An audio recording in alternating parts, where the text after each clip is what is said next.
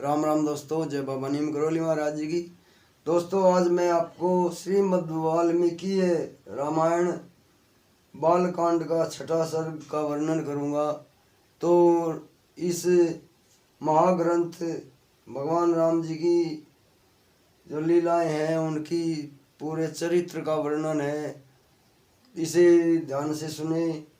और ये छठा सर्ग है बालकांड का। राजा दशरथ के शासन काल में अयोध्या और वहाँ के नागरिकों की उत्तम स्थिति का वर्णन। तो इसे सुने और आगे भी भेजें। और अपने भाई के चैनल को, अपने ये आपका ही चैनल है भाइयों, इसे सब्सक्राइब अवश्य करें ताकि आपको सदैव सदैव धर्म लाभ मिलता रहे। क्योंकि मैं सभी धार्मिक वर्णन इस पर ही चैनल पर आपको सुनाता हूँ। तो शुरू करते हैं दोस्तों। जय बाबा नीम करोली महाराज जी की जय। जय श्री राम। जय हो मेरे कन्हैया जी की। और दोस्तों, मेरे हनुमान बजरंगबली जी विराजे हैं। सभी देवी देवता को मैंने आह्वान कर लिया है रामायण पाठ शुरू करने से पहले। ओम श्री सर्वदेवाय नमः। ओम हनुमंते नमः। श्रीमद् वाल्मीकि रामायण बालकांड छठा सर्ग। राजा दशरथ के शासन काल में अयोध्या और वहाँ के नागरिकों की उत्तम स्थिति का वर्णन। उस अयोध्यापुरी में रहकर राजा दशरथ प्रजा वर्ग का पालन करते थे। वे वेदों के विद्वान तथा सभी उपयोगी वस्तुओं का संग्रह करने वाले थे। दूरदर्शी और महान तेजस्वी थे। नगर और जनपद की प्रजा उनसे बहुत प्रेम रखती थी। वे इक्ष्वाकु कुल के अतिरथी वीर थे। यज्ञ करने वाले, धर्मपरायण और जितेंद्रिय थे। महर्षियों के समान दिव्य गुण संपन्न राज ऋषि थे। उनकी तीनों लोकों में ख्याति थी। वे बलवान, शत्रुहीन, मित्रों से युक्त एवं इंद्रिय विजयी थे। धन और धान्य अन्य वस्तुओं के संचय की दृष्टि से इंद्र और कुबेर के समान जान पड़ते थे। जैसे महातेजस्वी प्रजापति मनु संपूर्ण जगत की रक्षा करते थे, उसी प्रकार महाराजा दशरथ भी करते थे। धर्म, अर्थ और काम का संपादन करने वाले कर्मों का अनुष्ठान करते हुए वे सत्य प्रतिज्ञ नरेश उस श्रेष्ठ अयोध्यापुरी का उसी तरह पालन करते थे जैसे इंद्र अमरावतीपुरी का करते हैं। उस उत्तम नगर में निवास करने वाले सभी मनुष्य प्रसन्न, धर्मात्मा, बहुश्रुत, निर्लोभ, सत्यवादी तथा अपने अपने धन से संतुष्ट रहने वाले थे। उस श्रेष्ठ पुरी में कोई भी ऐसा कुटुंब नहीं था जिसके पास उत्कृष्ट वस्तुओं का संग्रह अधिक मात्रा में न हो, जिसके धर्म, अर्थ और काम में पुरुषार्थ सिद्ध न हो गए हों, तथा जिसके पास गाय, बैल, घोड़े, धन धान्य आदि का अभाव हो। अयोध्या में कहीं भी कोई कामी, कृपण, क्रूर, मूर्ख और नास्तिक मनुष्य देखने को भी नहीं मिलता था। वहाँ के सभी स्त्री पुरुष धर्मशील, संयमी, सदा प्रसन्न रहने वाले तथा शील और सदाचारी दृष्टि के महर्षियों की भांति निर्मल थे। वहाँ कोई भी कुंडल, मुकुट और पुष्पहार से शून्य नहीं था। किसी के पास भोग सामग्री की कमी नहीं थी। कोई भी ऐसा नहीं था जो नहा धोकर साफ सुथरा ना हो, जिसके अंगों में चंदन का लेप ना हुआ हो तथा जो सुगंध से वंचित हो।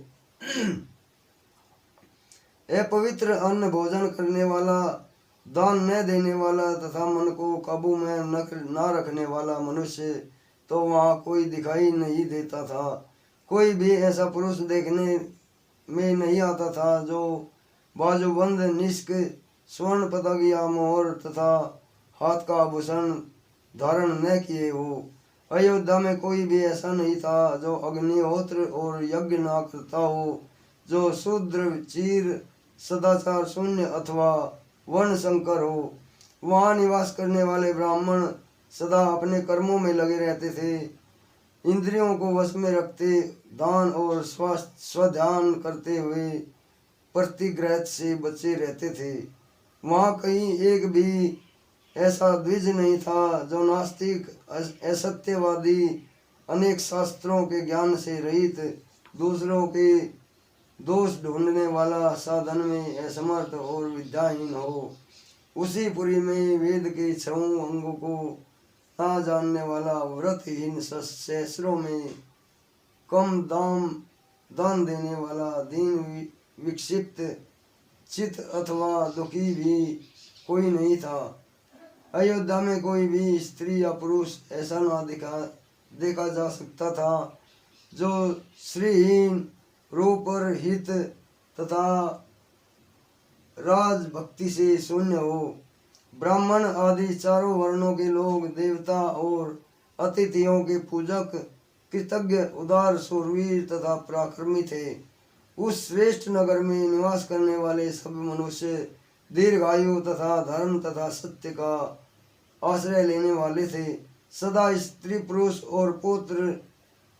पुत्र और पौत्र आदि परिवार के साथ सुख से रहते थे। क्षत्रिय ब्राह्मणों का मुंह जोते थे, वैश्य क्षत्रियों की आज्ञा का पालन करते थे और शूद्र अपने कर्तव्य का पालन करते हुए उपयुक्त तीनों वर्णों की सेवा में संलग्न रहते थे। इक्ष्वाकु कुल के स्वामी राजा दशरथ अयोध्यापुरी की रक्षा उसी प्रकार करते थे जैसे बुद्धिमान महाराज मनु ने पूर्व काल में उसकी रक्षा की थी। सूर्य काल की अधिकता के कारण अग्नि के समान दुर्धर्ष, कुटिलता से रहित, अपमान को सहन करने में असमर्थ तथा अस्त्र शस्त्रों के ज्ञाता योद्धाओं के समुदाय से वह पूरी उसी तरह भरी पूरी थी जैसे पर्वतों की गुफा सिंहों के समूह से परिपूर्ण होती है। काम्बोज और ब्राह्मीक देश के उत्पन्न हुए उत्तम घोड़ों से, वनायु देश के अश्वों से तथा सिंधु नद के निकट पैदा होने वाले दरियाई घोड़े से, जो इंद्र के अश्व उच्च श्रवा के समान श्रेष्ठ थे, अयोध्यापुरी भरी रहती थी। विंध्य और हिमाचल पर्वतों की में उत्पन्न होने वाले अत्यंत बलशाली पर्वताकार मदमत गजराजों से भी वह नगरी परिपूर्ण रहती थी। ऐरावत कुल में उत्पन्न पद्मापद के वंश में पैदा हुए तथा ऐजन और वामन नामक दिग्गजों से भी प्रकट हुए हाथी उस पुरी का पूर्णता में सहायक हो रहे थे। हिमालय पर्वत पर उत्तम भद्र जाति के, विंध्य पर्वत पर उत्पन्न हुए मद्र जाति के तथा शहर पर्वत पर पैदा हुए मर्ग जाति के हाथी भी वहाँ मौजूद थे।